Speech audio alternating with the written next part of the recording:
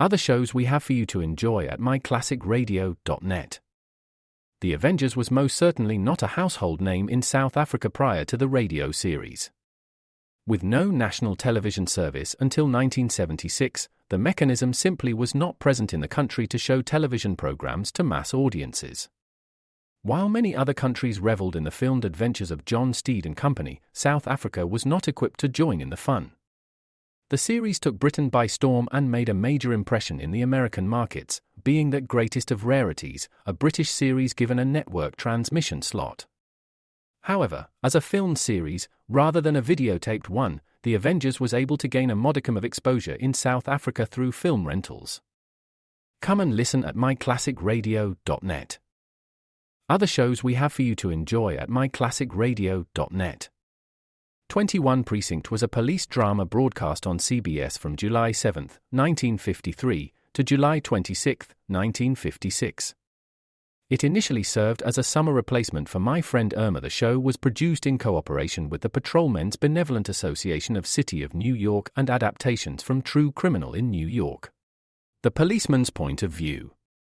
Historically, the 21st Precinct had been located near Gramercy Park, Manhattan. In 1929 the department reorganized the precinct numbering, and 21st designation was discontinued. No such precinct existed during the run, nor does a 21st precinct exist. However, the fictional precinct's territory closely corresponds to that of the Upper Side's 23rd precinct since 192. Come and listen at myclassicradio.net. The story of Dr. Kildare.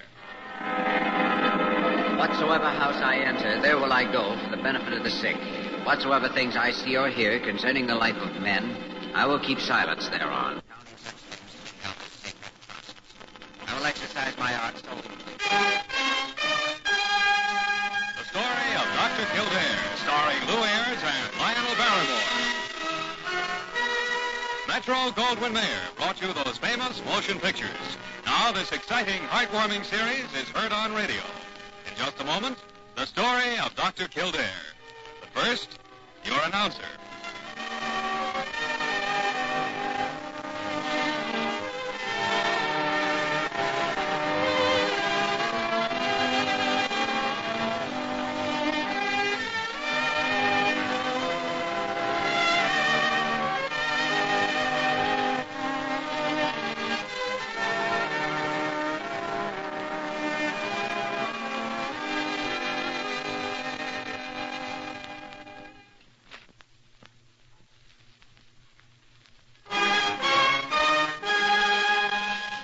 The story of Dr. Kildare, starring Lou Ayres as Dr. Kildare and Lionel Barrymore as Dr. Gillespie.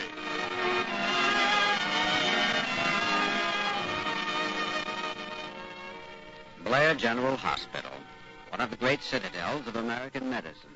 A clump of gray-white buildings planted deep in the heart of New York. The nerve center of medical progress, where great minds and skilled hands wage man's everlasting battle against death and disease. Blair General Hospital, where life begins, where life ends, where life goes on.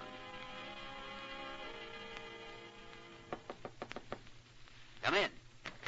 I just thought I'd look in and see if you had everything packed, Dr. Kildare. Oh, yes. Thanks, Molly. I'm all ready. How's Dr. Gillespie doing? Oh, he's packed and unpacked his bag 20 times. I'll bet. Honestly, you think you were going on a tour of the world instead of a week's hunting trip. He likes to make a production of everything. He's pretending that it's all a terrific nuisance and he doesn't really want to go. But he isn't fooling anyone. Good morning, Dr. Kildare. Good morning, Molly. Well, dear fellow, almost ready for your holiday, are you? Yes, Dr. Carew. I've made my rounds with my patients with Dr. Merriman. They're all in good shape. I know Dr. Merriman can take care of anything that might come up. I'm glad you and Dr. Gillespie are having an outing. You both have certainly worked hard this past year. You have it coming to you. When do we leave for the train? Oh, Dr. Gillespie. Oh, we have a couple of hours yet. I hate being late for trains. I like to start early and take my time. We can start an hour from now and still be early and take our time. Yeah. Did you make any decision yet about Dr. Wheeler, Dr. Carew? I haven't made a final decision as yet, no. But I'm very upset. Very. Every doctor on the staff of Blair General must be reliable. Well, I certainly agree with you there, but I think Wheeler is reliable. Any doctor who goes to pieces in the middle of an operation is not reliable. I shudder to think what might have happened if Kildare hadn't been in there to take over. Well, I wasn't there because I thought Wheeler was inefficient. I simply stopped by to watch him operate, to observe his technique. If you hadn't been there, the child might have died. But I was there, and the child's doing fine, so why can't we forget the whole thing? And suppose it happens again when another doctor isn't present? Well, personally, I think Wheeler's just been working too hard, that's all. I know he was on emergency all last week. I like Wheeler. Of course, he's young, and he hasn't had a lot of experience yet, but he's intelligent, he's got heart, and he shows great interest in his work. I think he has a fine future in medicine. Gentlemen, I have a responsibility to the patients in this hospital. I cannot keep a man that I no longer have confidence in. Why, I'd be a nervous wreck every time he went into the operating room. What explanation has Dr. Wheeler offered? No explanation whatsoever. The story that's going around the hospital is that he was out to a party the night before the operation and didn't get any sleep. Well, have you asked him for an explanation? Yes. But all he says is there isn't any explanation. He just went to pieces. Well, now enough of that. I'll have the matter all settled before you dear fellows return from your holiday. Have a good time and be back a week from Monday promptly at 9 a.m. We'll be here. Promptly. Have a good time. Wheeler's in quite a jam. What do you think the reason is? I don't know. Let's stop by his room on the way and find out. All right. Why don't you get your bag and I'll meet you at the elevator?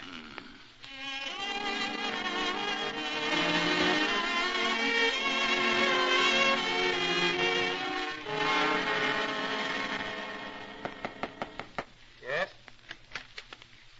Oh, hello, Dr. Kildare. Dr. Gillespie. Hello, Wheeler.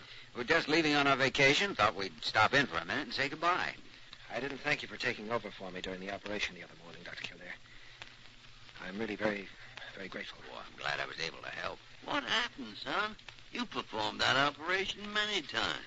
I don't know. I just suddenly couldn't hold my hand steady. What were you doing the night before, Wheeler? Oh, I was around. What time did you get to bed?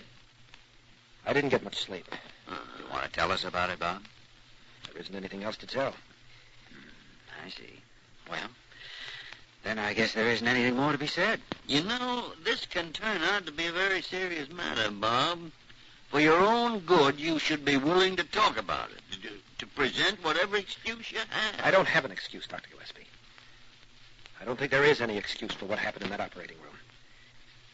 I appreciate your concern more than I can tell you, but I just don't have an excuse. Dr. Carew going to fire me, isn't he? Well, he hasn't made up his mind yet. I certainly hope not. If you two are going to catch that train, you'd better get moving. Oh, all right, Molly. Well, goodbye, Bob. We'll see you when we get back. Bye. Have a good trip. Good luck, son. Worried about that boy. I had your bags taken down to the front door, and there's a taxi waiting. Where are your guns? Oh, they're with our bags. Now, for heaven's sakes, don't shoot each other. I won't shoot him as long as he behaves himself. No, as a matter of fact, our primary object in going hunting isn't to catch anything anyhow. It's just to get outdoors. Oh, is that so? You listen to me, Kildare. You're talking to one of the best shots in this part of the country. You'll take care of him, won't you, Dr. Kildare? Oh, I'll do my best, Molly. Take care of me. Say, do you think you're talking to a child, Molly? Mm-hmm. Sometimes I do. Go bury your head in a tub of formaldehyde. Why, Dr. Gillespie, that's the nicest thing you've said to me in weeks. Have a good time.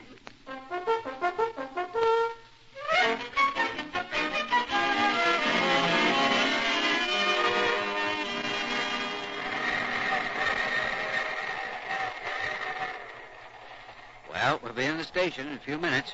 You're pretty country up here. Yeah, I like the mountains. Yes. I used to spend a lot of time up here with my father when I was a boy. Nothing much to the town. Boarding house, combination bar and grill, and a church, meeting room. That's about all. People live in cabins scattered back through the mountains. But the hunting and the fishing, they're wonderful. And there's something in the air. Something that makes you throw your shoulders back and start climbing. We're getting in. Uh-huh. Streets are always empty, by the way. You won't see a soul around. I'll get the bags. You go ahead. They don't stop here long.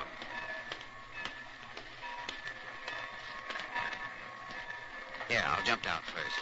There aren't there any red caps? Red caps? Are you kidding? Come on, pick up a bag and let's go. Say, I thought you said there wouldn't be any people around. Looks like quite a mob of cars and wagons over there at that building.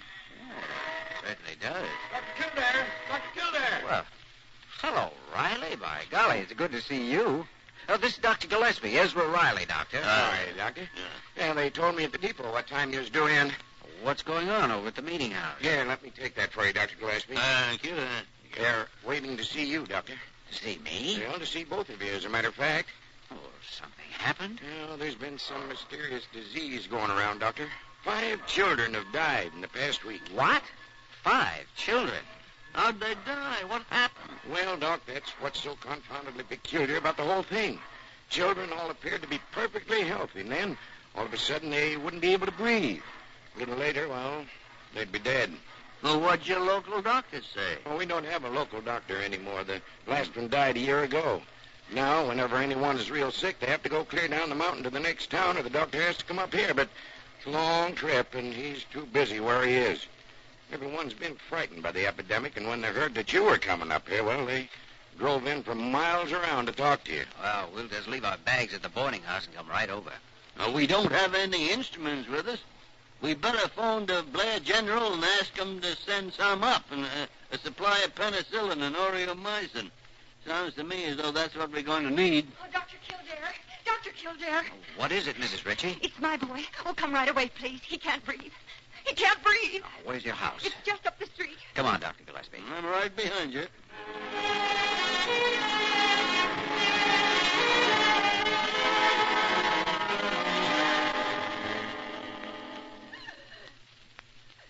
Poor kid. You gotta act fast, Kildare. That's laryngotracheitis, all right. What's that? It's an inflammation of the larynx and the trachea. It's caused by a germ similar to influenza. It closes the opening to the larynx, causing asphyxiation. I'm going to have to perform a tracheotomy if your son's to live, Mrs. Ritchie. I haven't any instruments. Let me think. Yes, I have a hunting knife in my pocket somewhere. Oh, here it is. Have you a pair of tweezers? Yes. Yes, I have. All right, just get me some alcohol and quickly. We'll operate with what we have. We'll have to work without an anesthetic. What are you going to do? I'm afraid I'll have to cut an opening in the throat so he can breathe.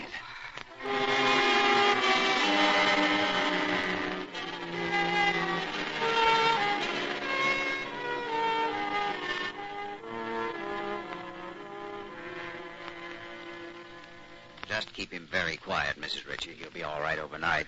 By morning, I'll have the proper tube from the hospital to put in his throat. I'll be back to see him later. Oh, Dr. Kildare, I'll never be able to thank you. Oh, don't thank me. Just thank God that we got here on time. Come on, Dr. Gillespie. Let's go over and talk to the people in the meeting house.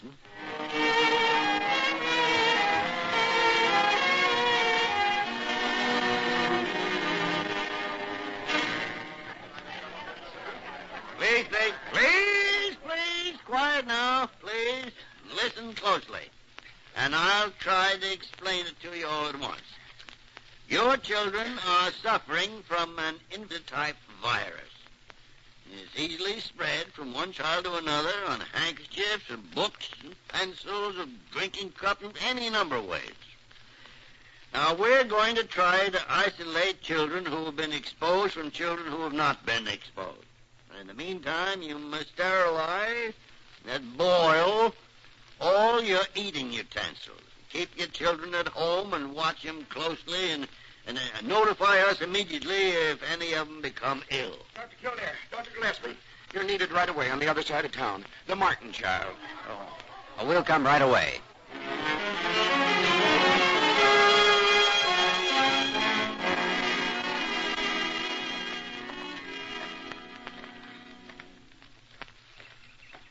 Well, good morning. What are you doing up so early? Oh, morning.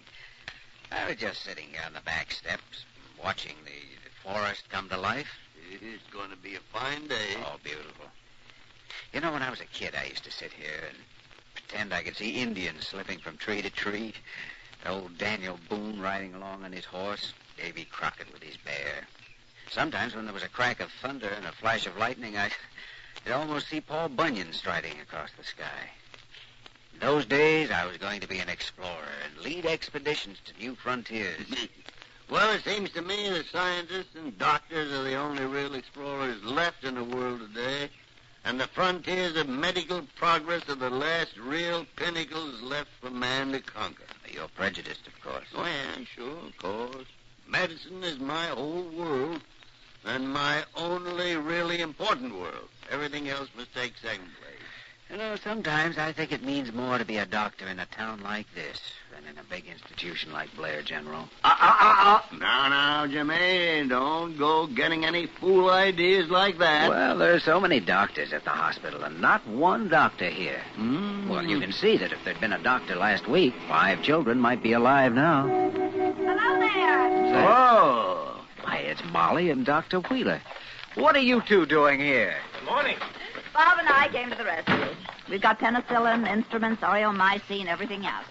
Asked for another doctor, and I volunteered for the job. And I convinced Dr. Carew that if there was an epidemic, you certainly needed a nurse. We certainly are glad to have you both. Oh, thanks.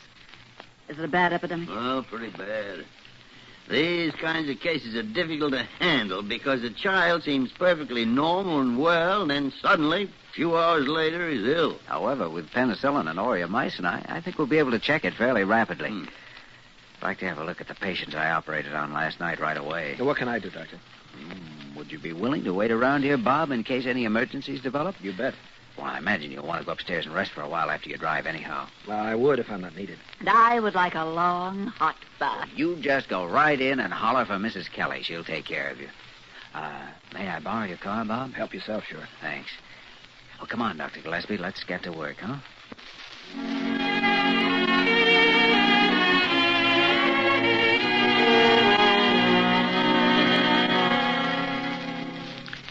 There you are, Larry. You're going to be up in no time now. I'll never be able to tell you what this means to me, Dr. Kildare. Oh, I know what a boy like that must mean to a mother, Mrs. Ritchie. But now, who on earth is that?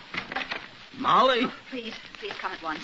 Bob and I went out on a case. It's a little girl, and she's in pretty bad shape. She needs an emergency right away. Well, Dr. Wheeler can He asked me to get you as quickly as possible, Dr. Kildare. I don't think he feels he can perform the operation. All right, come on.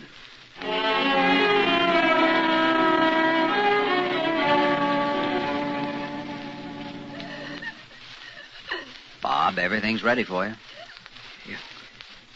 You want me to operate? Yes. I want you to save this child to life. You can do it, Dr. Wheeler. You can do it.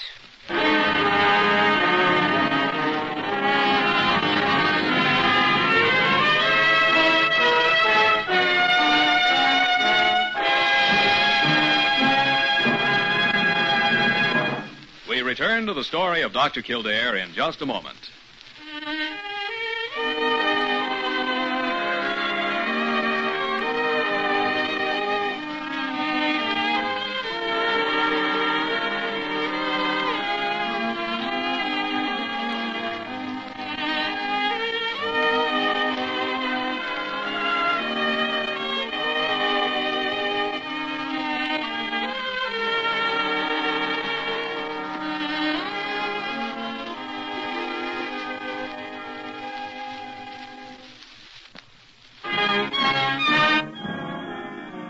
We continue the story of Dr. Kildare, starring Lou Ayres as Dr. Kildare and Lionel Barrymore as Dr. Gillespie.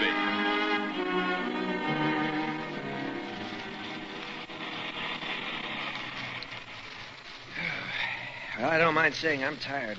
That was a fine operation. I'm proud of you. It goes for me, too. Well, thanks. Thanks for making me do that operation, Dr. Kildare. How do you feel now?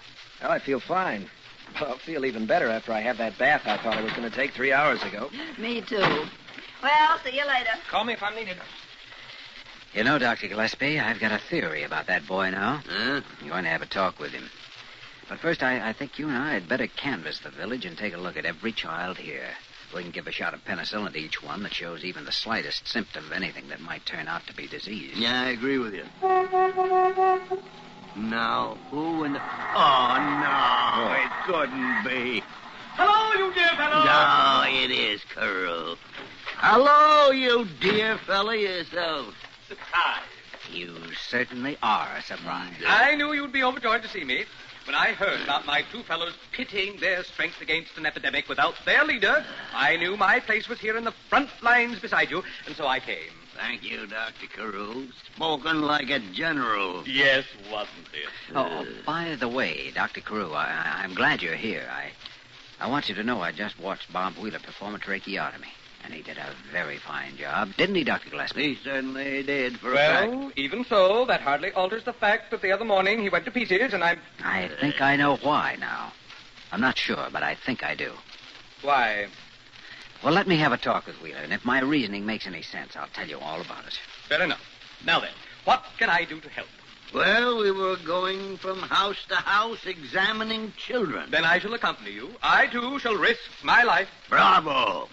Jimmy, why don't you talk to Bob while Dr. Carew and I make the round? Oh, you don't need me? No.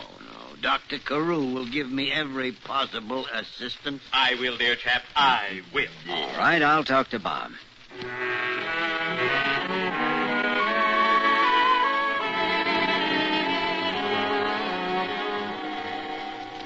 Bob, before that tonsillectomy the other day, you had chills, didn't you? Why, I'm not sure. Did I? Yes. Have you been having trouble with migraine headaches? No, I haven't. Chills? Hypertension? I'll bet if I took your blood pressure right now, I'd find it was high. Emotional reaction, lack of confidence, and depression.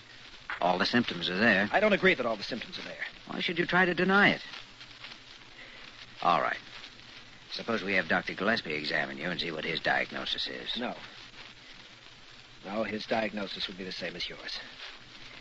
I've tried to hide these attacks for months now, but there's no use any longer. What do you want to hide them for? Well, I was afraid Dr. Carew would think I couldn't be depended on and dismiss me from the hospital. Oh, but that's ridiculous. Is it? How many times have you heard Carew say there's no room at Blair General for a man who can't pull his load? Well, he meant that for people who are lazy, not people who are ill. Ah, come on. When did you start having these headaches? While I was an intern. First, they weren't very serious, and I thought they were caused from studying and losing a lot of sleep. Later, I realized they were migraines, and I began giving myself treatments. What did you use? Ergotamine tartrates. Did that help? Yes. Hadn't had an attack for almost 6 months, till the other day in the operating room. I see. This morning, I thought I was getting one when I found myself faced with that tracheotomy. But it didn't materialize. Well, migraines can be psychosomatic. You can bring on an attack sometimes simply by fearing that you're going to have one. You should never have tried to prescribe for yourself anyway. You should have come to one of us. Dr. Kildare, isn't it true that sometimes a doctor is the hardest person in the world to persuade to see a doctor? You're probably right about that. I know that many types of migraine are difficult to cure.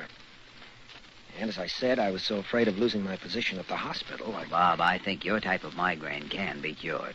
Of course, I'll have to examine you thoroughly, but you show all the indications of having the type of migraine that's caused by a lack of histamine. If I'm right, we can cure you permanently with injections. Yes, I read about it. It's a new treatment. They've had some wonderful results with it. Now, how about it? Will you put yourself in our hands, Bob? I certainly will, Dr. Kildare. Good. You want to stay at the hospital permanently? Well, not forever. What I'd really like to do someday is to get a little town of my own. Oh? Well, how about this one? This one? Oh, yes, indeed. Here's a town that really needs a doctor. And you're a doctor that needs a town just like this. You think they'd have me? Oh, they'd welcome you with open arms. Well, let's find out.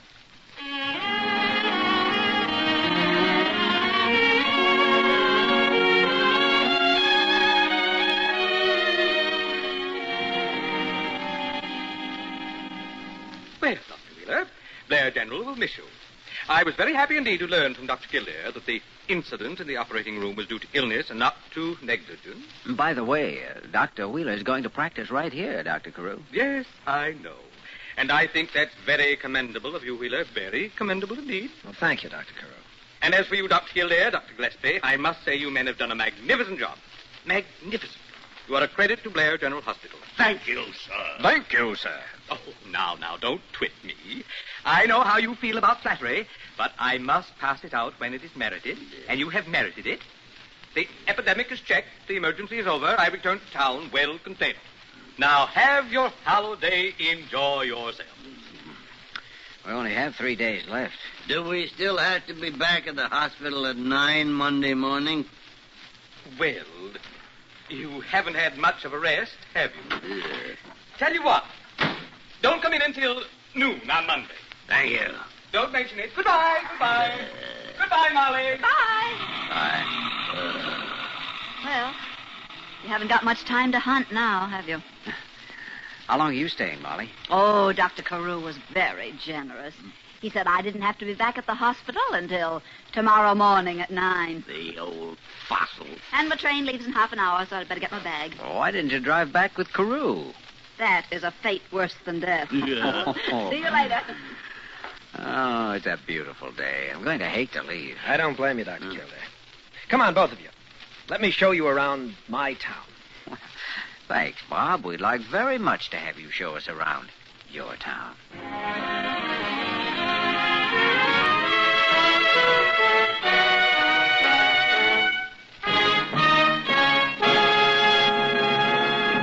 In just a moment, we will return to the story of Dr. Kildare.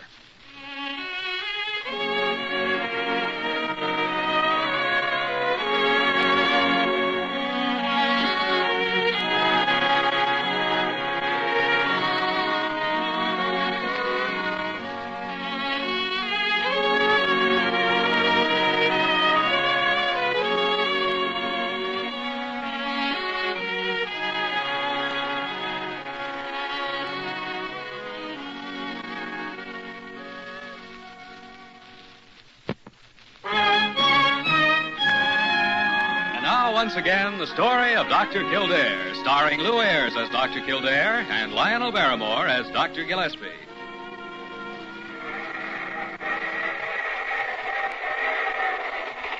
Nice country. Like to come up here sometime for a vacation. We didn't have much of a vacation at Dad, did we? Wouldn't you think that old goat Carew would have given us a few extra days? Carew never gives away anything except advice. You know, as hard as we worked all week, I still feel as though I had a rest. Oh, so do I. I guess that comes from living in fresh air and hiking and No all that. food ever tasted better, I'll tell you that. I was really hungry. Well, I wonder what's waiting for us back at the hospital. I don't know. But knowing Carew, I guarantee there'll be plenty of work to do. Well, there's no rest for the wicked, Dr. Kildare. Quite so, Dr. Gillespie. Quite so.